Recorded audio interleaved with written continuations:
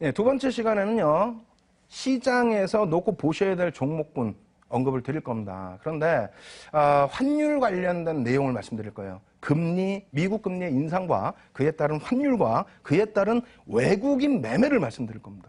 아시겠죠? 조금 내용이 복잡할 수 있고 시황하고도 연관이 있는 부분인데 굉장히 중요하기 때문에 그래요. 저도 교육을 진행하면서 많은 분들과 대화를 하는데 그 대화를 할 때 가장 어려워하시는 부분 중에 하나가 채권이라는 것에 대한 채권 금리 뭐 이런 부분을 좀 어려워하시고요. 환율 같은 경우에도 쉬울 것 같은데 굉장히 어렵게 생각하시는 부분이 많아요. 잘 해석이 안 되고 그 부분 오늘 시원하게 풀어드리겠습니다. 일단 첫 번째 부분 말씀드릴 부분이 금리 부분입니다. 미국의 금리를 인상하면은 많은 해석들이 있는데 미국의 금리를 인상하면 무조건적으로 달러와는 강세를 띠게 돼 있어요. 달러가 굉장히 많이 올라갔는데 라고 말씀하시는 경우가 있는데 달러 인덱스 자체가 100을 기준으로 놓고 봤을 때 지금 100이 안 됩니다. 100이 안 되는 상황이에요. 그리고 미국 금리 자체가 지금 최저 바닥이죠. 최저 바닥에서 이제 돌리고 있는 상황이기 때문에 달러와 자체의 강세는 진행됩니다. 다만 예전 2004년 6월부터 2006년 6월까지의 급진적인 매달 0.25%포인트 25bp씩 올리는 그런 흐름은 아니기 때문에 다소 제한적인 흐름은 나올 수 있습니다. 그렇다 할지라도 유럽 쪽 어떻게 했어요? 얼마 전에 유럽 경기가 바닥을 찍는 것 같아 라고 했더니 유럽 금리가 시장 금리가 조금 움직였죠. 그렇게 되면서 어떻게 됩니까? 유로화가 조금 올라갔어요. 그랬더니 난리가 났잖아요. 뭐라고 했습니까? 야, 지금 이 시점에 우리가 금리가 시중금리가 올라가거나 환율이 유로화 환율이 올라가게 되면 이거 안 돼! 라고 표명을 했답니다. 다시 얘기한다면 미국의 달러와 강세는 금리 인상과 함께 나올 수 있는 부분이고요. 유로화 부분은 제한적으로 눌러놓을 거예요. 그리고 엔화 부분도 어떻게 돼 있어요? 엔화가 너무 약세인 것 같은데? 라고 했더니 그것에 대한 질책이 나왔죠. 외환시장 개입하겠다는 거야? 라는. 어찌됐건 일본 쪽의 경우에도 그 환율은 유지될 가능성이 있습니다. 결론적으로 미국의 금리 인상과 함께 달러의 강세는 이어질 가능성이 높은데 그렇게 된다면 가장 중요한 부분은 상품 가격의 안정화입니다. 상품 가격이 급락이 나온다는 게 아니고 상품 가격은 안정화를 취할 수 있다. 이 세심한 내용은 무료 공개 방송에서 8.15TV에서 해드리고요. 지금 현재 시간에 말씀드리고자 하는 내용은 그 금리를 바탕으로 해서 연동될 수 있는 환율 부분입니다. 짧게 설명드리면 어떻게 될까요? 환율이 달러가 강세를 띠게 되면 원화가 약세를 띠게 되죠. 원화가 약세를 띠게 됐을 때 외국인들은 어떻게 할까요? 1달러 주면요. 1달러 주면 오늘 기준에서 어떻게 돼 있어요? 1118원을 줍니다. 1달러를 주면 1118원을 줘요. 그럼 1118원을 가지고 주식을 살 수 있죠. 나중에 돼서 원화도 다시 금리를 인상해서 강세를 띈다. 만약에 예를 들어서 1,000원만 주면 1달러를 주는 시대가 왔다라고 하면 어떻게 돼요? 환차익이 발생되죠. 나는 1달러 주고 1118원 받았는데 내가 나갈 때에는 1,000원만 줘도 1달러를 주니까 환차익이 발생되죠. 그래서 미국 금리가 인상을 하고 달러화가 강세를 뗐을 때에는 원화가 약세를 띠기 때문에 외국인들의 수급이 들어옵니다. 당연히 들어오겠죠. 그리고 수출주들이 긍정적인 효과를 보게 되겠죠. 자동차는 다소 제한적이더라도 나머지 원달러 환율의 기준에 업종군들은 수혜를 본다는 얘기입니다. 자, 여기까지 설명드리고 표를 보면서 이제 빠르게 진행을 해드릴게요. 자, 놓고 보겠습니다. 외국인 중에서의 총 주식수 중에서 주식수의 기준이에요. 지분율이 아닙니다. 그래서 총 우리나라의 상장 주식수 중에서 외국인 보유 비율은 이런 식으로 형성되어 있습니다. 예전 대비해서는 좀 줄은 거 아니냐라고 생각하실 수 있는데 차이점은 뭐냐면 대형주 위주로 갖고 있다 보니까 뭐 12.99 이렇게 보이는 걸 뿐입니다. 실질적으로는 이건 뭐 지금 주식 수의 기준이기 때문에 사실은 큰 의미가 없다라는 거고요. 실질적인 거는 이걸 보셔야 되는데 시가총액 중에서 외국인 보유 비율입니다. 시가총액 중에서. 그래서 자세히 보시면 어떻게 되냐면은 이쪽에 보시면 2004년도 어떻게 돼 있죠? 뭐 물론 2003년도에도 37.64고요. 그리고 2004년도에 40.11까지 40.12까지 올라갔고 실질적으로는 연간 중간에 42%까지 외국인 지분율이 상향이 됐었습니다. 그리고 나서의 흐름인데 갑자기 줄죠. 2005년, 2006년 줄입니다. 계속 줄다가 2008년도에 27%까지 확 내려가요. 42%까지 올라갔던 외국인 지분율이 15%까지 밀려 내려갑니다. 조금 이따 원달러 환율 보여드릴 거예요. 이 구간 정확히 기억하십시오. 여기까지 2004년까지 급격히 증가했던 지분이 2008년까지 급격히 축소됐다는 거 꼭 염두에 두시고요. 그리고 2009년부터 다시 외국인 지분율이 어떻게 됩니까? 매수가 더 들어오고 있다는 거죠. 쭉 들어와서 지금 얼마요? 30.49%의 기준인데 실질적으로는 33% 수준까지 올려놓은 상황이었습니다. 자, 다시 이 부분을 환율로 보여드리겠습니다. 환율 다시 정리를 해드릴게요. 2003년 이후만 가져놨습니다. 2003년 이후의 흐름을 놓고 보시면은 2004년도 말에 여기서의 문제, 여기서 어떤 게 있었죠? 이 기준에서 사실상 여러분들이 금리를 인하해서 환율을 방어해주면 좋겠다. 누구를 위한 겁니까? 서민들을, 국민들을 위한 거예요? 국민들은 죽겠는데? 예? 1,000원만 주면은, 예를 들어서 이 900원까지 밀린 겁니다, 환율이. 그럼 900원 주면은 1달러를 사서, 900원 주면 1달러 사서 원유 사오면은 얼마나 좋아요. 예? 자동차 몰고 다닐 때 휘발유 값도 싸고. 그런데 누구를 위해서 1,100원대, 1,200원대를 맞춰달라는 거예요. 사실 기업들을 위해서 맞춰달라는 거죠. 어찌됐건 2004년도에 급락을 했습니다. 근데 정상적인 범위예요. 환율 방어해놓고 그 이후에 이제 정상적인 범위에서의 흐름이라 시장은 깨지진 않았습니다. 다만 외국인들하고 어떻게 돼 있었어요? 외국인들. 시장이 날아가 버리죠. 그러니까 환차익 발생되고 시장 날아가니까 어떻게 해요? 42%에서 이 구간에서부터 이 구간까지 42%에서 27%까지 줄여버린 겁니다. 물론 이때 급등이 나오긴 했지만 이때는 리먼 브라더스 터진 상태의 흐름이기 때문에 자금 유입이 아니라 자금 유출이 되고 있었죠. 왜? 안전자산으로 회귀해야 되니까. 아시겠어요? 그리고 난 이후에 지금의 흐름 어떻게 돼 있죠? 자, 보시면은 정상적으로 그러면 이게 정상이었다고 얘기를 한다면 그 당시에 야당에서 지금의 새누리당이죠. 야, 환율 방어 저렇게 하지 마라고 해서 밀고 내려왔는데 이게 그럼 정상이었다면 당연히 이명박 대통령 정부에서도 밀고 내려왔어야 되는데 막아버린 겁니다. 인위적인 부분이 일부 있어요. 그래서 1,100원대 위쪽으로의 막아놓은 흐름이 있는데 외국인 수급 조금 이따 보여드리게 될 텐데요. 그 수급 보시면은 2009년 이후에 이렇게 1,100원 위에 놓여져 있을 때 지속적인 외국인들은 매수를 했다는 겁니다. 그 매수를 하면서 시장은 들어 올려지죠. 그리고 다시 환율이 깨져 내려갈 때 이럴 때에는 외국인들이 멈추거나 혹은 소폭의 매도. 근데 지금은 기조가 어떻다고요? 조금 전에 결론을 내드렸잖아요. 미국 금리의 인상 기준 때문에 달러와의 기준 어떻게? 강세. 그 기준 때문에 여기서의 움직임은 어떻게? 윗방향으로 움직임을 줄 수 있다는 거고요. 그리고 여기서 조그맣게 안 보일 수 있습니다만 4월 29일 날 우리가 다시 바닥을 찍었습니다. 다시 얘기한다면 지금 2014년 이 바닥 보이시죠? 이 바닥이 다시 1,000원이 이탈될 위기였습니다. 1,006원까지 밀렸어요. 1,006원까지 밀려 내려간다면 어떻게 돼요? 외국인들 막 공격적으로 팔겠죠. 그러다가 실질적인 미국 금리의 인상 부분이 노출이 되고 그러고 되면서 달러 강세, 원화에 가만히 있는 흐름에서 달러 강세니까 올라가겠죠. 그래서 반등이 나왔고요. 그것을 바탕으로 시장이 움직였다는 겁니다. 그 이후에 그러면 어떻게 돼 있다고요? 고점 찍고 1,136원 60전 딱 찍고 그게 3월 16일 겁니다. 그때 고점을 찍고 3월 19일부터 다시 한 달간 밀렸어요. 4월 29일까지. 그 4월 29일 날 얼마? 2,066원. 70원이 깨진 거예요. 그러다 보니까 다시 내려오는 거 아닌가라고 해서 시장에 조정이 나왔다가 돌려질 때 어떻게 됐어요? 환율 돌려질 때 시장 일부 반등 나왔는데 시황 때 어떻게 됐냐고요. 아까 시황 말씀드렸잖아요. 돌려질 이 시점에서 시장의 여러 가지 대외 변수 때문에 지금까지 눌려진 겁니다. 그럼 외국인들의 수급은 어떻겠습니까? 지금의 환율에서 다시 움직인다면. 자, 외국인 수급 다시 보여드립니다. 차분차분 자세히 보세요. 화면이 많습니다. 자, 이렇게 놓고 보시면은요. 그 앞전에 외국인들 수급 대부분 증가해 3.3%에서부터 우리가 이제 외국인 지분한도 확대해주고 또 확대해주고 그런 과정에서 계속 매수 시장이 밀리거나 오르거나 외국인들은 환차익이 있으니까 매수 그러다가 2003년입니다. 42%까지 증가하는 게 맞죠. 42%까지 증가를 하고 그 이후의 흐름 어떻게 했어요? 그 이후의 흐름 32%까지 급격히 감소를 해요. 2007년도까지. 시장은 날아가는데 왜 시장은 왜 날아갑니까? 우리들을 막 꼬셨잖아요. 예? 4조 뿐이 안 남아있던 4조 5천억 뿐이 안 남아있던 주식형 펀드 스탁의 잔고 이 부분을 대통령께서도 코스닥 펀드 8천만 원 가입했다. 2005년 6월에 언론에 가시화하면서 3년 만에 70조가 들어옵니다.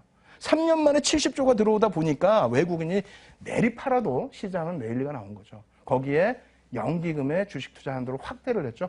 어찌됐건 그러한 흐름에서 환율 부분만 생각을 하세요. 환율 부분이 900원까지 내려왔어요. 900원이 살짝 이탈돼서 899원까지 왔습니다. 그러한 흐름이 나오니까 외국인들 어마어마하게 지분을 축소를 했고요. 이 부분을 금액으로 한번 놓고 볼까요? 금액으로 놓고 보시면은 2003년도에 6차례에 걸친 10거래일 이상의 순매수가 26조가 들어왔어요. 시가총액 얼마 되도 않을 때입니다. 평균 700일 때. 그럼 지금 대비해서 3분의 1일 때. 그렇다면 대략 시가총액이 얼마냐? 600조 정도 할 때. 600조 정도 할 때 26조가 들어왔다는 얘기예요. 1년 동안에. 어마어마하게 들어왔죠.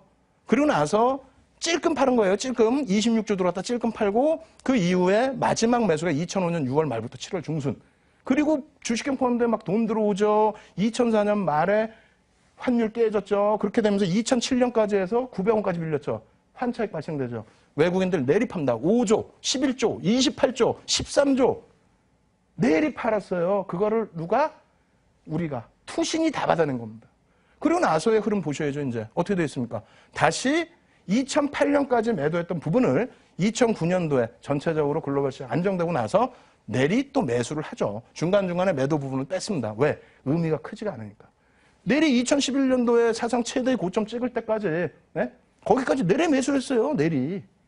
환율이 어떻게 됐습니까? 1100원대 위에 방어를 해주니까. 그러고 나서의 또 지금 최근의 흐름, 2012년도 이후의 흐름. 밀려 내려온 부분은 환율이 밀렸기 때문에 다 내려온 거였어요. 대부분이. 그리고 이번에도 마찬가지였는데 결론적으로 돌려진 부분이 뭐라고요? 이 고점을 찍고 움직임이 나왔던 부분이 환율이 1136원까지 올라갔었기 때문에 고점이 형성된 거고 그 이후에 요 꼬리 보이시죠? 여기가 4월 29일입니다. 주봉이에요. 4월 29일 날 바닥 찍고 돌리는데 돌리다가 다시 밀린 겁니다. 왜? 대내외적인 이상한 악재들이 겹쳤죠. 계속 삼성그룹에 대한 내용도 있었고 그런 내용으로 또 보셔야 됩니다. 그래서 마지막으로 한 번 더 정리해 드릴게요. 이런 내용이에요. 보시면은 길게 그냥 짧게만 설명해 놨어요. 매도, 매수, 매도, 매수인데 나중에 다운받으셔서 보십시오. 어떤 기준으로 보실 수 있냐면 뭡니까? 환율에 연동된 거예요. 이해 안 되시죠? 이것도 아직도. 나중에 한 번 더 보여드릴게요. 교육방송 꼭 무료 교육방송 참여하시고요. 자, 삼성전자 흐름입니다. 먼 기간 안문 갖고 나왔어요. 작년 10월부터 해서 지금 현재까지입니다. 삼성전자 부분이 사실상 저 바닥에서부터 여기까지 환율 영향으로 올라온 겁니다. 사실. 환율 영향으로 여기까지 올라왔을 때 40% 올라왔어요. 그러면서 시장을 견인한 거죠. 견인하고 나서의 흐름인데 여기서 시장이 반등 나올 때 반등을 못 줬다는 겁니다. 환율 반등 나올 때. 이게 환율이에요. 환율. 죄송합니다만. 이게 환율이고 이게 시장이죠. 여기서 반등이 나와서 돌려줘야 될 판국에 얘만 환율 올라가는데도 떨어져 내려갔다라는 겁니다. 쭉 끌려 내려가면서 어떻게 됩니까? 시장 자체의 흐름도 노란 색깔 이 시장 자체의 흐름도 악화됐죠. 시가총액이 200조가 넘고 시장 비중이 15%가 넘는 삼성전자 이런 흐름이 나왔기 때문에 그래요. 그래서 이 부분 여러분들이 꼭 잊어버리시면 안 됩니다. 아시겠죠? 그래서 이 부분 강조를 드립니다. 원달러 환율 부분 외국인 수급이 유입될 수 있는 구간이고 그렇게 된다면 수출주 그중에서 엔화의 영향력을 받는 자동차 말고 IT 쪽에 여러분들이 집중적으로 관심을 가지시라고 말씀드립니다. 삼성전자요. 이렇게 말씀드리면 또 화내실 거죠. 삼성전자 너무 힘든데 라고. 근데 삼성전자 꼭 관심 가지시고요. 지난주에 보여드렸던 종목에 대해서 한 번 더 AS를 해드립니다. 하나케미칼이에요. 이 종목도 사실상은 지주사 경영권 승계 관련된 기업으로 교육을 두 번째 파트, 이 종목은 Y에서 보여드렸잖아요. 이 종목은 Y에서 보여드리고 나서 그 이후의 흐름입니다. 6월 9일 방송된 내용이고요. 10일 날 무료 공개 방송에서 또 말씀을 드리고 이 추세 라인 그려드렸고 이거 힘드시다면은 주봉으로 놓고 보시라고 말씀드렸죠. 결론적으로 어떻게 됐습니까? 4거래일 만에 6, 7% 상승. 작습니까? 뭐 작다면 어쩔 수가 없는데 이 하나케미칼은 꼭 지켜보셔야 된다 이렇게 말씀드리겠고요. 오늘 지난주에도 보여드렸던 종목인데 시세가 더 나왔습니다. 시세가 더 나왔는데 이 종목 같은 경우에도 시가총액이 얼마 안 돼요.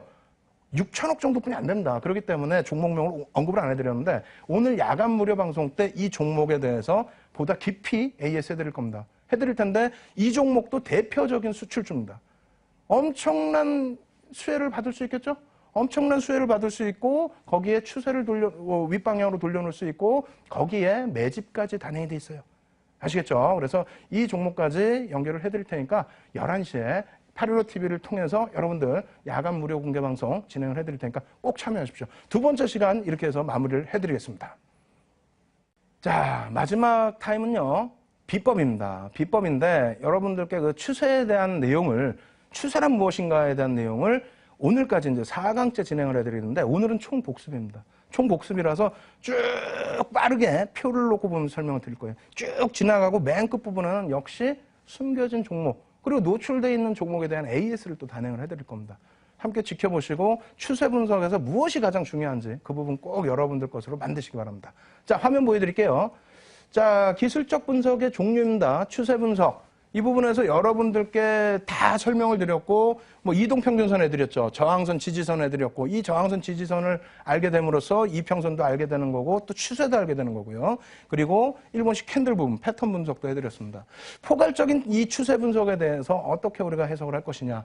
자, 추세란 무엇입니까? 한 방향으로 계속 지속되는 성질, 관성의 법칙에 의해서 쭉 뻗어나가는 성질, 이것을 이용한 우리가 포트폴리오의 구성, 그리고 목표 주가의 설정, 그리고 차익 실현의 설정, 편입 구간의 설정, 이런 것을 목표로 하고 있다는 겁니다.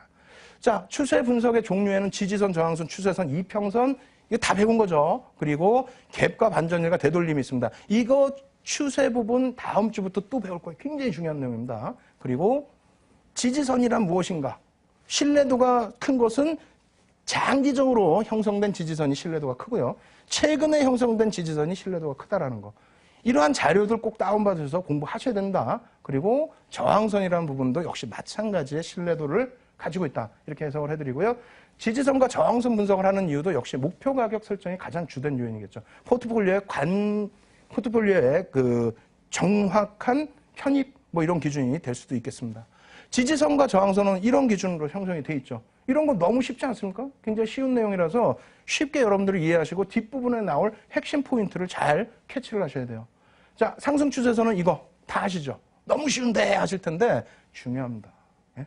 하락 추세 이거 중요합니다. 이것을 무시하시고 자꾸 접근을 하시다 보니까 손실이 많이 나죠. 그리고 평행 추세 이 라인도 굉장히 중요합니다. 가장 기초입니다. 그리고 추세 분석의 신뢰도 부분은 고점 저점이 여러 번 반복 출현하는 거. 짧은 구간 말고 길게 형성이 돼야만 신뢰도가 높다. 길이가 길면 길수록 당연히 주가 움직임이 일관적으로 나온다라는 부분입니다. 아시겠죠? 그리고 추세선의 수정이라는 부분도 놓고 보셔야 되는데 이러한 부분입니다. 추세선을 한번 그려놓으시고 야 이거야만 고집하지 마시고 바뀌는 부분에 대해서도 바뀌는 전략에 맞게 대응을 하셔야 된다는 얘기고요. 그리고 이렇게도 수정이 된다는 것도 염두를 해두셔야 됩니다.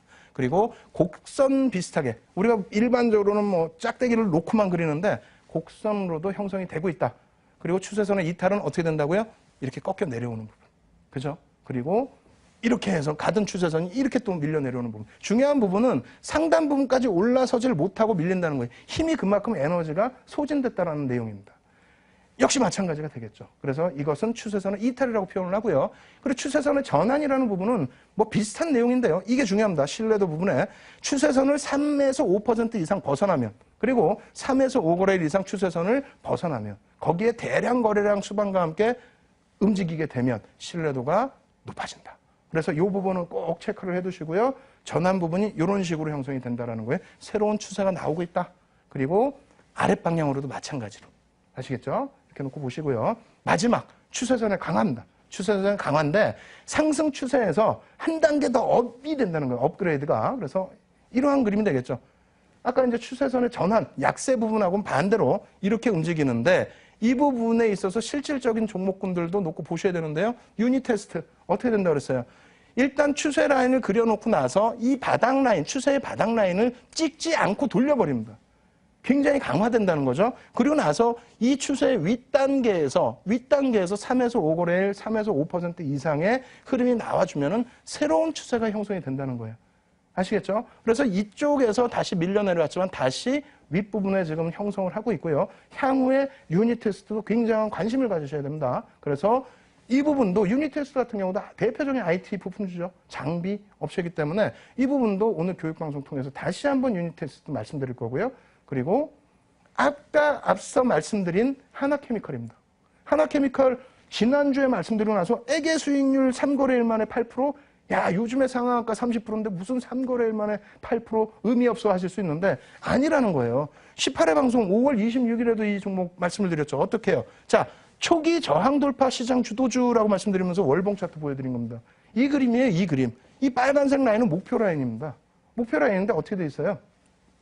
5월 27일 이후에 지금 흐름은 11.94% 상승. 지난주까지 기준이에요. 지난주까지. 그리고 오늘 말씀드릴 때 가장 중요하다 말씀드린 게 뭐예요? 마지막에 추세선의 강화라고 그랬잖아요. 강화 기준으로 지금 움직임을 주고 있지 않습니까? 이게 지난 6월 9일 날 보여드렸던 내용이고 역시 수급이 뒷받침되고 있다는 거예요. 거기에 주봉 흐름, 그다음에 이러한 수익률. 여기서 가장 중요한 부분은 뭐라고요? 월봉 차트에 아직 갈 자리가 높다라는 겁니다. 여기까지 말씀드리면 야 이거 말고 또 없니? 이거 가도 또 나는 조금 월봉 말고 좀 다른 걸 보고 싶다라고 하신 분들이 계시는데 자 이건 어떻습니까? 지금 바닥권에 대바닥권에 놓여져 있으면서 역시 지난주에도 갖고 나왔던 종목인데요. 여기서 추세 상단 부분을 강하게 뛰어넘을 수 있죠. 처음으로 또 이제 배당까지 지금 중간 배당까지 결의를 했어요. 그만큼 실적 개선 폭이 어마어마한 종목입니다. 거기에 수급 부분이요. 외국인들 어마어마하죠. 기관들이 어마어마하죠. 그리고 나서 외국인들까지 지금 붙어서 들어오고 있습니다. 시가총액은 그다지 크진 않지만은 스몰캡의 대표주로서 증권사의 보고서가 계속 나오고 있어요. 그런 부분들이 여러 부분들 재료로서 작용이 될 수 있는 만큼 추세를 벗겨낼 수 있겠죠.